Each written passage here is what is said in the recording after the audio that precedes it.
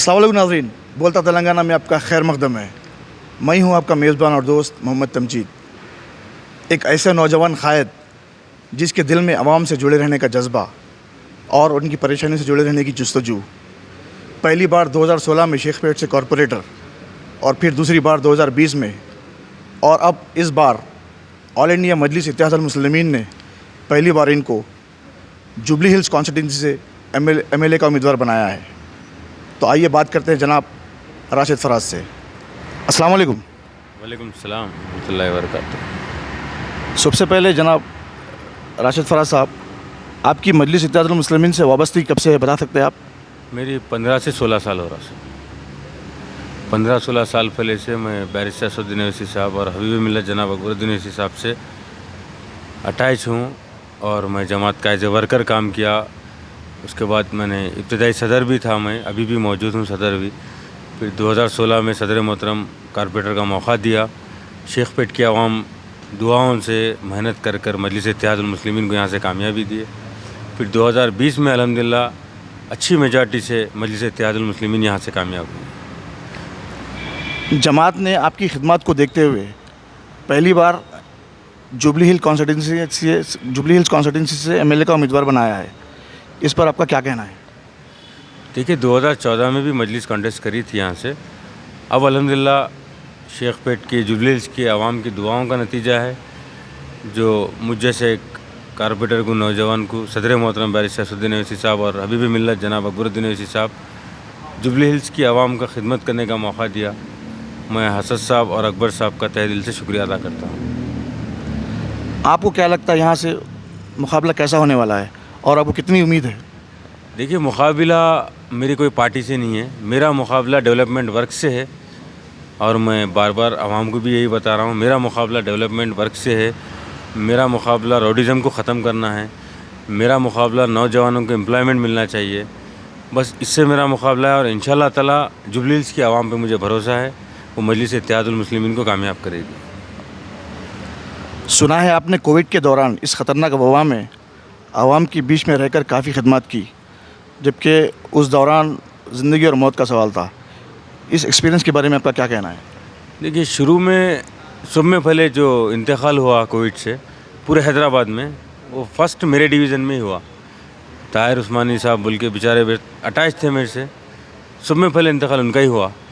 तो जब 1-2 दिन थोड़ी सी हैबत और थोड़ा सा डर लग रहा था क्योंकि एकदम फर्स्ट टाइम देखे कोविड, फिर भी हम हिम्मत करके अल्हम्दुलिल्लाह उनके जनाजे की नमाज़ अदा करे एम्बुलेंस में रख के।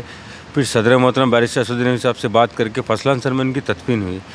उसके बाद से अल्लाह ताला एक गैबाना ताकत दिया, सबकी दुआएं थी। मैं उसके बाद कभी डरा नहीं, आवाम के दरमियान था और मैं शायद ही कोविड में जितना आवाम के दरमियान में था उतना कभी नहीं था, क्योंकि मैं तकरीबन 18 घंटे तक पब्लिक में रह रहा था। यानी कि कोविड से कोई बाहर नहीं निकल सक रहा। किसी को तरकारी चाहिए, किसी को मेडिकल के दवाएं चाहिए, किसी को राशन चाहिए। अल्हम्दुलिल्लाह मैं तकरीबन 5,500-6 हज़ार राशन किट्स के ज़रिए आवाम की खिदमत करने का भी मौका दिया अल्लाह ताला मुझे।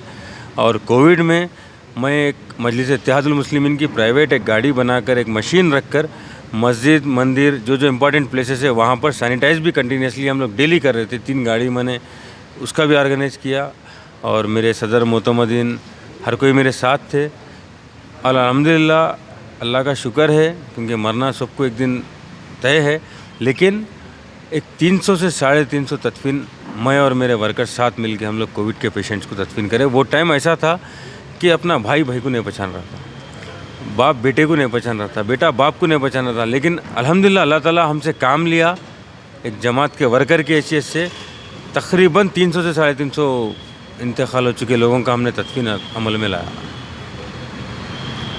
आपको क्या लगता है यहाँ की कॉन्स्टिट्यूंसी के सबसे बड़े मसाइल क्या है, और आप अगर आप जीत के आते हैं तो आप कैसा काम करेंगे? देखिए अल्हम्दुलिल्लाह मैं शेखपेट के हद तक तो अल्लाह के फजल से मैं सेकंड टाइम मुंतखब होने के बाद 45 करोड़ की लागत के काम यहाँ पर अमल में आए हैं। ये मैं ज़बानी नहीं कर रहा हूँ, पूरा प्रैक्टिकल है। और एरागड्डे में शरीफ साहब जो हाल ही में इंतकाल हुआ, अल्लाह उनको जन्नत दे, मरहूम शरीफ साहब भी कई डेवलपमेंट वर्क करे एरागड्डे में। बोरा बंडा रहमत नगर में हमारा कॉरपोरेटर न रहने की वजह से यहाँ के एमएलए का गुंडाइज़म चल रहा है, नौजवान यूथ गांजे नशे में तबाह हो रही है।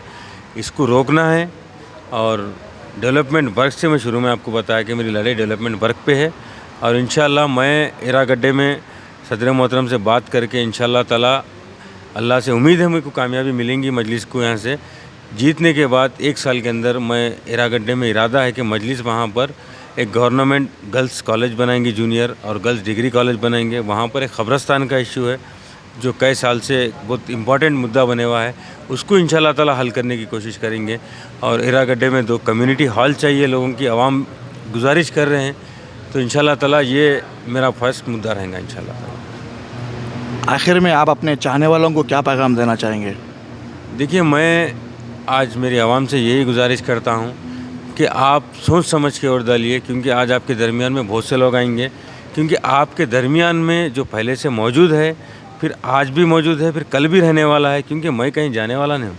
मैं कारपेंटर अल्हम्दुलिल्लाह अल्लाह के फजल से और 2.5 साल मेरा बाकी है। मैं कल भी आवाम में था, आज भी आवाम में हूँ, फिर कल भी मेरे को आवाम में रहना है। तो मैं आवाम से गुजारिश करता हूँ कि मजलिस इत्तेहादुल मुस्लिमीन की ताकत बनिए, असद साहब अकबर साहब को हिम्मत दिलाइए, उनके हाथ मजबूत करिए।